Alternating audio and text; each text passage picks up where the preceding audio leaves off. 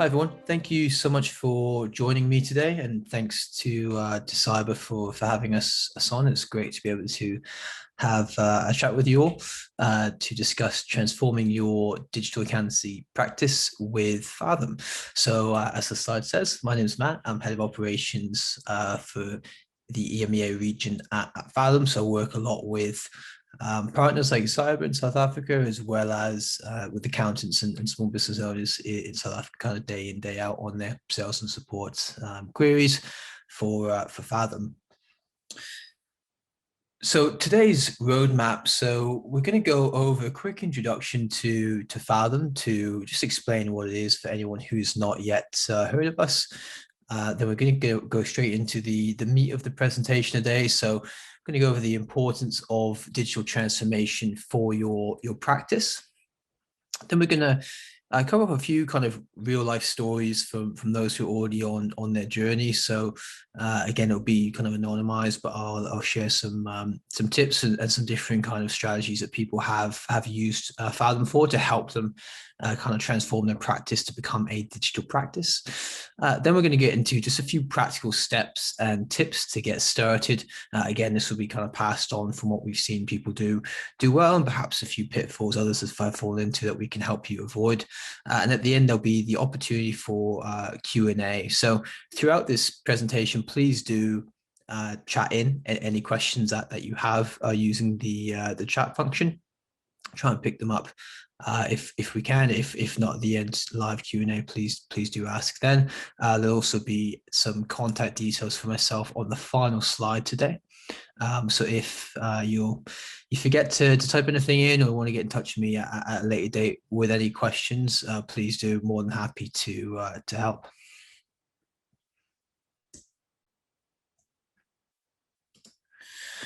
So introduction to Fathom. Oh, sorry, going too quick here. So Fathom is a management reporting, business analytics, and forecasting tool. So we integrate with QuickBooks and Xero, but you can also upload your financials via Excel. And we then transform that information to make it easy to understand if you're a business owner or client who perhaps isn't an accountant. You can see clearly that a chart's going up or down, and you can compare that against target and against budget. But we also add different features in, so you can now forecast and have unlimited scenarios in Fathom forecasting to really help clients map out their next steps. Obviously, it's been quite a strange year in terms of the economic climate and things opening and closing, etc. So having all these different options to then help your client is critical, and that's really where we come into it. So kind of nice white labeled PDF reporting, and as the slide here says, you can also do some consolidations including multi-currency, and you also benchmark your clients against each other in an anonymized fashion to add that additional level of output and insight for those clients.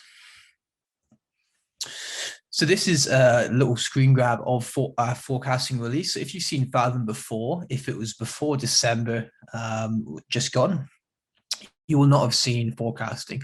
So the team's worked about 2 years on this. So it's hot off the press, getting great reviews already. So you can create individual micro forecasts to map out an asset purchase. Can you afford that new office? Can you afford a new hire, etc.? And really get into the detail to make sure that you're planning for that eventuality. And it's all kind of under the same Fathom umbrella of the kind of easy UI and interface. So that is new. So again, if again at the end there'll be opportunity to take out a free trial, but you can take that out and give it a test yourself on some real data. And the way I like to think about it in terms of an analogy is the forecasting element of Fathom really helps you know when you might run out of fuel. So it's like a fuel gauge. You might have to stop off early. You can properly plan a road trip if you have a fuel gauge and know how far the fuel is going to get you, when do you stop off, when you need more, etc. How fast should you drive, all those sorts of things. Forecasting helps you do that. Is there enough cash? When would you potentially run out? And then what can you change in advance of that to really help the clients so they aren't kind of caught out? And that's really where you can add the value as a trusted advisor. A little bit about Fathom in South Africa. So we've been doing work in South Africa for several years now, servicing it from the UK office. We launched pricing in Rand late last year. So we have that at the moment, got a few case studies with happy South African customers as well. So that's all on our website. But we also have an introductory offer. So for any new customers in South Africa, if you sign up, you get 32% off the list price for your first 12 months. So it's an enticing offer to get started. So great opportunity to take out one of our free trials with no card details needed or anything. And then you can get set up and test it out yourself and provide any feedback to me or the team. We're more than happy to receive that. There'll be more about this at the very end, but now we're going to get into the meat of the content today.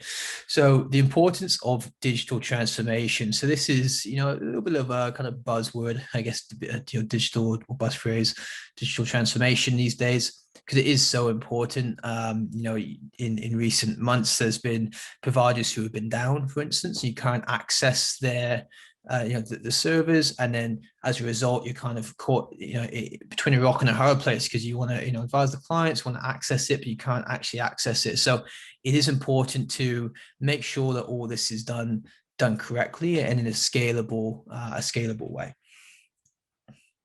Just a few kind of scenarios here. So what happens if you have everything on one computer, it's not backed up, and you lose your computer? You have to then start from scratch. How do you explain that to the client? Tech issues happen, particularly on hardware. Laptops will just randomly die, so mobiles need to back it up, and the best place to back that up is the cloud, because you can access it from anywhere.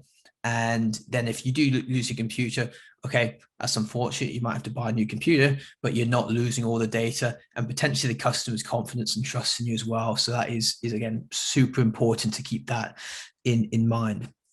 What happens if the server goes down? So as I mentioned, servers can go down, particularly if it's a desktop one. If it goes down, is it backed up? And you're in a similar kind of situation. If it's not backed up, could be in trouble. You might have to get a new server, etc. If it's in the cloud, it's always going to be backing itself up. Google Cloud, Microsoft, Amazon, they all have a cloud services, so it's kind of backed up and managed by the best in the business, and you can access it from anywhere. So again, what happens if you're not a digital firm but your competitors are? They can hire people who might not be centrally located, which might give them an advantage to hiring talent. They might attract clients who are perhaps more digitally inclined, and they want the nice reports. They want to be able to log into it and see it in real time, etc. And that, again, right now perhaps it's not that big of an issue. I think it is getting there though. But 3, 4, 5 years down the line, it's just going to become more and more of a digital environment. So it's important to know where you're going and just start taking steps to then get to that point. So again, just I guess spitballing a few things here. So imagine if more of your team can spend more of their time advising clients. And this is a theme that we've seen throughout, from even really small firms, 2, 3 people just starting out, all the way up to kind of top 100, top 50 firms.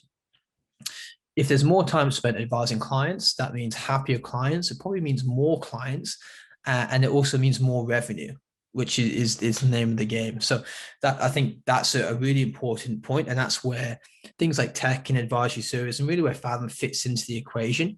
That's where we come into the fore here. I mentioned it's not just directors, so perhaps the directors might still want to sign things off. That's absolutely fine. But if it's just a director doing everything all the time, there's only so much you can do. Unless you hire a new director that comes at a high cost, and then you need the clients to serve for it, etc. And it becomes this kind of flywheel effect. But if you have that for all, like everyone, or all the accountants and all the bookkeepers in your organization, and they all become trusted advisors, you then have more people helping more clients. And again, that is the name of the game here. Third one, so again, that whole compliance to advisory shifts. You can have two revenue streams, which is great. You can have the tax compliance revenue stream annually and have that as a kind of a core service. But you can also provide advisory as a core service as well, and you get more regular income if you're doing it on monthly or quarterly basis. But then you're not solely reliant on one or the other. You can kind of have both bringing revenue into your firm, and again, you're ultimately helping out both clients. So if a client just wants advisory, you can offer that. Just wants compliance, you can offer that as well. But having the digital tech in place to be able to pivot to one or the other, or to both, is essential to be able to really serve clients the best way that they need to be served. And again, the bottom one is that's value to clients. So that's a scalability thing. So if you're just doing everything in a spreadsheet on one computer, and it's just one member of the firm doing it, there's only so many clients you can do, at least to a good standard, because there's only so many hours in the day. If you have a lot of that automated, and then you can, for instance, using like something like Fathom, you can port the reports template to all your other clients at the click of a button. So you do the work initially, but it's instantly more scalable than doing it in an Excel spreadsheet, for instance. And this is, again, I think it's important to keep in mind, the goal, like, why did you become an advisor?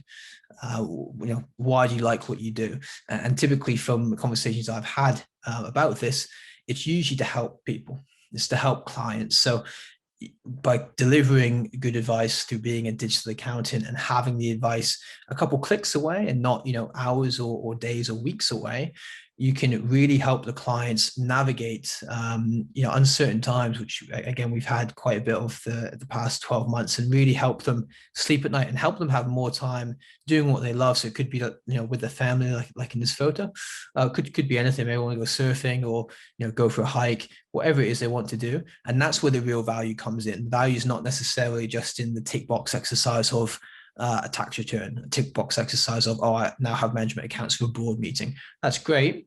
And it's an important service, but really the benefit is the next step there. So can you help them grow their business? Can you help them have more time at home? What's the client's goals, and how can you help them with their goals? And this photo, I really like bringing up in basically every presentation I do, because I think it's really important. There's no one way of doing it. There's not one single road that everyone on this webinar, or everyone who's an accountant in South Africa, needs to follow to become a digital accountant, or transform their practice to become a digital practice. There's a lot of different ways of doing it. So again, I'm going to have a few tips and suggestions here, but by all means, it's not black or white. It's not a done deal. Take whatever road you want. You might have to turn around. You might have to change it on the way. It doesn't really matter. The main thing is just to get started. Lean on others for support. There's a big thing about community, which I'll touch on a little bit later on. But you can ask people like myself or any other app providers or other accountants in the cloud space for advice.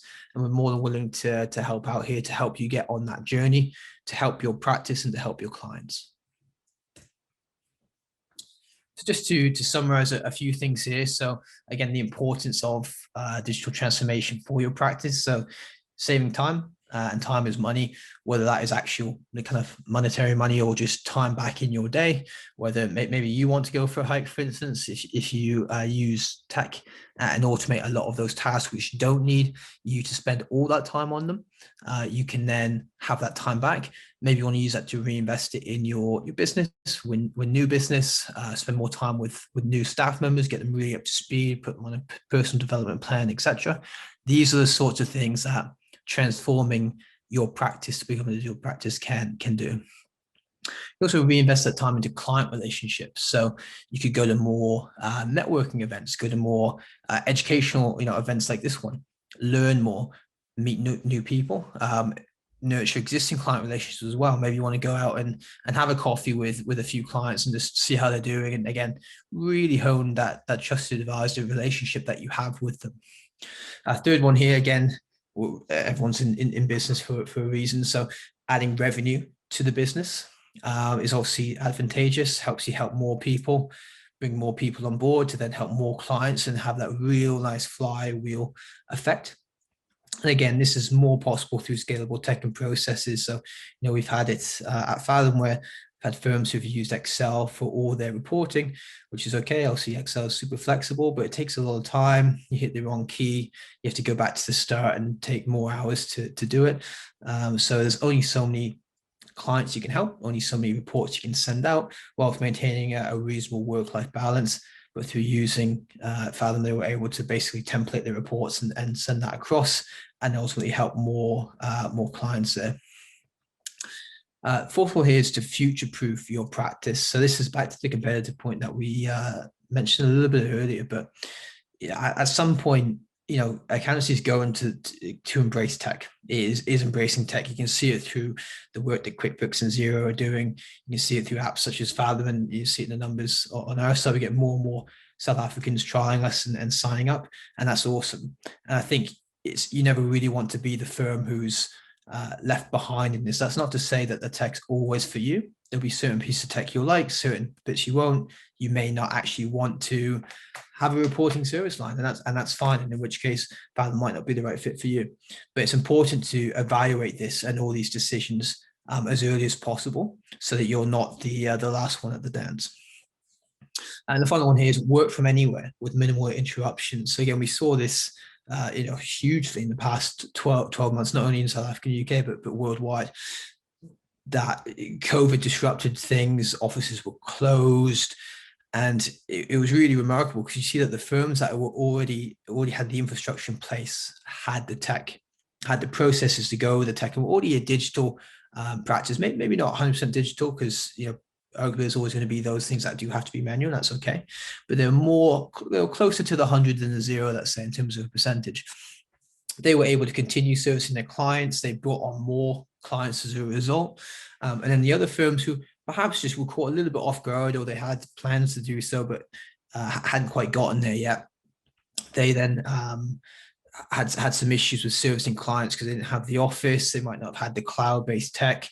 So again, I think hopefully pandemics like this don't happen again, but were it to happen again, make sure all the infrastructure in place, which you can do if you're a digital practice.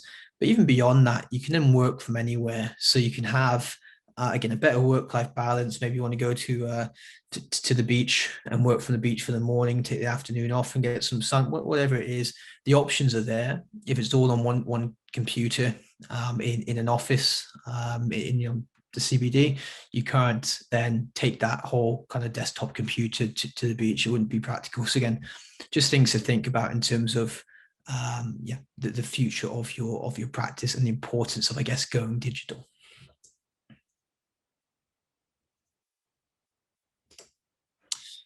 So real world examples. So we've got many case studies. Just one case study which really resonated with us and kind of, I guess, double down the value proposition that we have at Fathom. So this mid-sized firm in the UK saves over 120 hours a month with Fathom. And they were actually already digital before. So this wasn't from Excel to Fathom. This was from another app to Fathom. So if it was Excel to Fathom, this number would be a multiple higher than this, which is crazy. And then you can see down there 60 days a year saved just from that switch. So again, if it's from Excel, it's probably a multiple of that. And they also managed to increase their advisory fees by £300, about $500 a month, which is huge. And this is it, because of the time saving, they can spend that time with clients, invest it more, and again, have more revenue that brought in, so they can reinvest that in terms of staff and help more clients. It's that great flywheel effect that they have. But we see this all, like, across a wide spectrum of firms. So we have sole practitioners who are just setting up for the first time, for instance, who then want to use tech from the start because they've been perhaps in a bigger practice and they see that things are slow going. There's a bit more red tape. Perhaps they're not as willing to change to become a digital practice as the person wants. They set out on their own and they want to set it up from the start to have all the tools and all the processes and to work from anywhere. And this still applies to them. They save more time than they would otherwise. It helps them win new business. But all the way up to then, we've got like top 4 and top 50 firms using Fathom. And it's a similar situation. So yeah, of course, different client bases, different appetites for budget, etc. But it applies to both. I think it's important to know where you stand internally as a firm and how you really want to how you really want to play it. So you're never going to have 100% digital firm in my view. There's going to be some things you'll need to do outside of it. You'll have to take, and it just takes some maintenance as well to make sure that the kind of tech that you sign up for and the processes that are associated with that tech are still fit for purpose. So it isn't kind of like flicking a switch and leaving it, but you do see that sometimes. They say, oh, hey, yeah, we use this cloud software, so now we're done. We now can say we're digital. That's not really the point here. The point is that you get the benefit from actually implementing it and keeping on top of it. So again, no matter where you are in that spectrum, just really know where you're trying to get to and then break it down into little chunks. So at Fathom, we have what we call like a customer roadmap. So when someone signs up, we like help them map out where they currently are, where the end goal is, and then a few checkpoints along the way to get to that point. Obviously, that's like Fathom specific, but there's no reason why you can't do that for your wider digital transformation journey. So maybe you want to have all of your clients on cloud GL software like Xero or QuickBooks. That could be the end goal. But if you have, say, 100 clients, 1,000 clients, you can then break that down into intervals of 10 perhaps and do it over the course of a year or two. And that might be a better way of managing it to then get to that point. I think the other thing is, again, there's a lot that we can unpack here. We've got some helpful guides actually on our blog on this, but you can really use it for your marketing. So once you're digital, you can use that as a tool to attract more people. You can have these regular check-ins and have them log into the products themselves perhaps, and it just makes it a little bit of an easier conversation. So it's less of a one-way street when you do meet up. You also go one step further than that even and use tools like Loom and Zoom to explain concepts to clients. So you don't have to always have a one-to-one meeting all the time. Maybe you have a monthly meeting or a quarterly meeting, but then before and after that, you can send them recordings of how it's going, etc. You can store all those in a library in the Google Drive or Notion or Coda or another piece of software, and again, really embrace that digital element of becoming a digital firm. So yes, there'll be these kind of nice headline figures like money saved, winning more business versus competitors because you have the tools and the nice visual output, etc. But it is important to embrace it in a holistic sense in terms of, no, we're now really digital. We have maybe even a committee if you have a certain size, so you can always feed that back, and have all the people who are using the tools feeding back ways that they can improve it and tweak it and ensure that the tool is still fit for purpose. So practical steps to get started. So I probably veered onto that a little bit actually already, but just going to summarize some tips here to help get started. But again, feel free to reach out if you want any kind of further discussion about your individual circumstances. But one thing about it's like a house. So you don't just rock up with a few bricks and lump them together to build a house. You need a plan. You need to start with the foundation, make sure the foundation is right, make sure the foundation's set, and then you start building up. If you start with just the one wall and have a nice curbside appeal, like in this photo, if there's nothing behind it, no foundation, it's going to fall over. So it's going to look good for a day or two, and it's going to fall over and it's going to be look awful.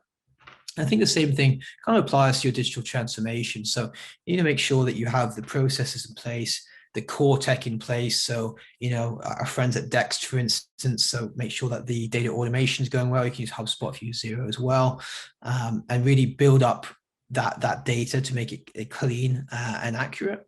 And then on top of that, you can then start building things like Fathom and Practice Ignition and stuff to really start building out your house, to have all the nice outputs, the nice workflows. But again, if you're putting crap in, you're going to get crap out. So it's important to make sure that the bookkeeping is done correctly, everyone's on the same page, you're happy with the source cloud software, and then you can start building up. So I think definitely approach it as more of a project rather than, okay, next week I'm going to sign up to 10 different apps and implement them all at once. That's what I call the big bang approach, and it typically doesn't work.